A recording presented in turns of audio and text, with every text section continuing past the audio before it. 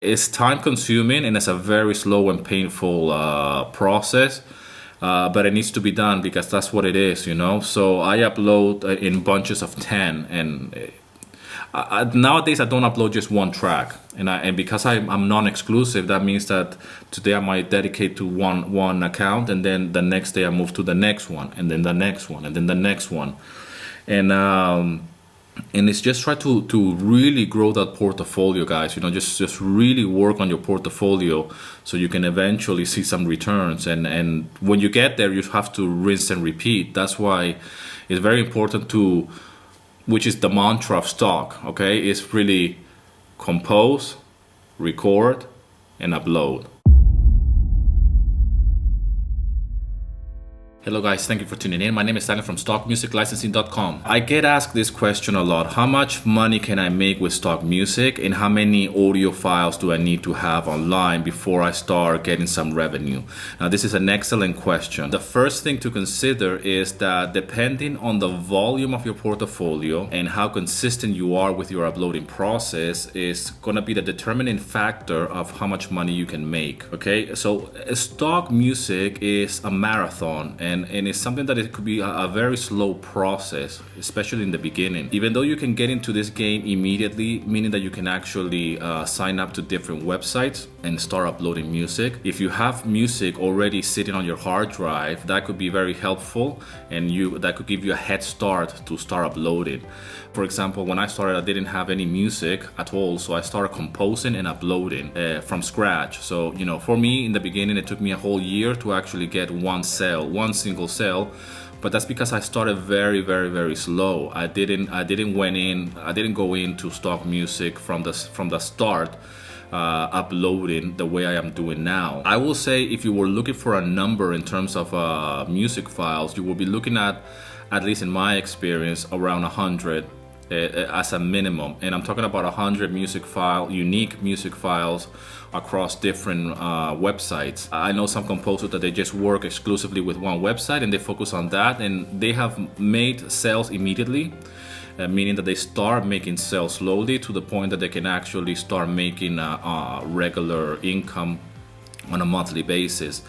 But for everybody it's different. For me, it was very, very different. I think the right question will be, how much music can you upload on a regular basis?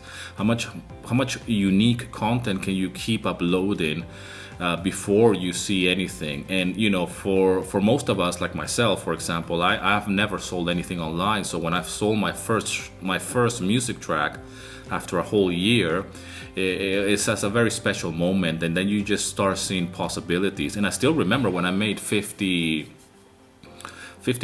online, I was like, oh my God, you know.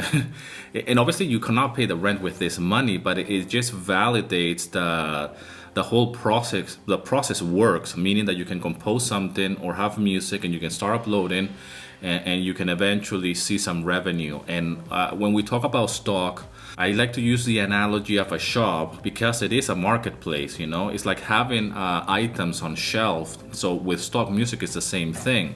I just would like to tell you 3 things that you will need in order to start making a regular income, and on a monthly basis, okay, or even on a weekly basis. There are some libraries that pay you weekly, which is fantastic. So the first thing will be to actually have good quality, okay, good quality music, and that has to be unique. It has to be of a very good quality. There is a word out there that stock music is a very low quality, or the micro stock world is very low. But actually, through the years, because there's so much competition, it's such a saturated marketplace, the quality, the bar has been raised up and up and up. And anything in the micro stock world is actually very good quality. Video, now you can get a stock video in 4K and whatnot. Apparently that's going to be the standard in video. And I believe it's the same with photography, and with music it's going to be the same. So excellent quality. Just produce the best quality music that you can possibly produce. Now the second thing will be to actually be consistent with your music composition. And that means to really be consistent with composing the music, writing the music, and actually keep a pace. I can tell you from experience that when I stop composing and stop uploading, it can be very hard to get back on that treadmill. And even though it's a way of passive income, if you have X amount of files online, you feel the hit though. I can feel that some other accounts don't perform as well as they should. And that's because I haven't been so active on them. The third thing, which will be very, very important, is to keep your portfolio with a variety of music. I always focus on my own niche, but I try to diversify and have a variety of music files, so that will help me more chances of making sales. Don't get discouraged in the beginning if you feel like you're starting off and you don't see any results. Okay, you will get different revenues depending on which library you are involved with. For me, the best advice is, apart from the 3 tips that I just gave you, will be to upload as in many libraries as possible. Okay, and it's time consuming and it's a very slow and painful process, but it needs to be done because that's what it is, you know. So I upload in bunches of 10, and nowadays I don't upload just one track,